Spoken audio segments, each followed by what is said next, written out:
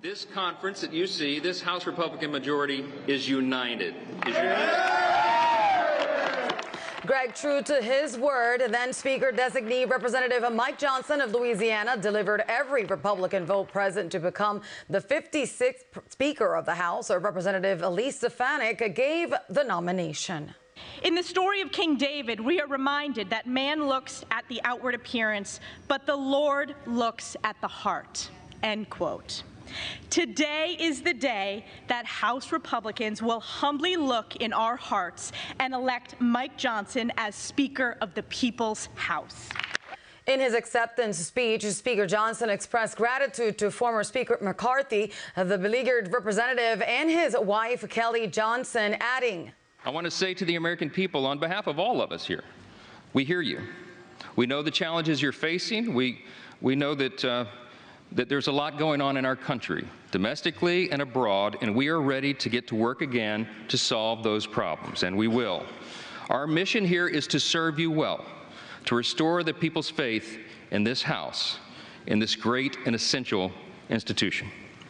We spoke with founder of Wall Builders, David Barton, a personal friend of Speaker Johnson. Mike is the guy that has been a leader and a fighter in really the conservative, Christian, pro-life, pro-marriage movement. Mike is a litigator who's with Alliance Defending Freedom. When they passed the pro-life law in Louisiana years ago, he's the guy who went into court to defend their pro-life law. He's a religious liberty attorney. He's been fighting for this stuff a long time.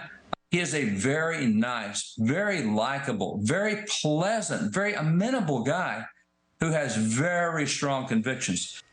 Those convictions drove Speaker Johnson to commit to restoring the image and order of the People's House and promise this to the American people. The job of the Speaker of the House is to serve the whole body, and I will. But I've made a commitment to my colleagues here that this Speaker's office is going to be known for decentralizing the power here. As Johnson has said, the House is now, quote, back in business and working to pass a resolution in support of Israel. The House finally has a new speaker, Representative Mike Johnson, the first one ever from Louisiana, who laid down some fresh promises. Here they are. My office is going to be known for trust and transparency and accountability, for good stewardship of the people's treasure, for the honesty and integrity that is incumbent upon us, all of us, here in the People's House. Our system of government is not a perfect system.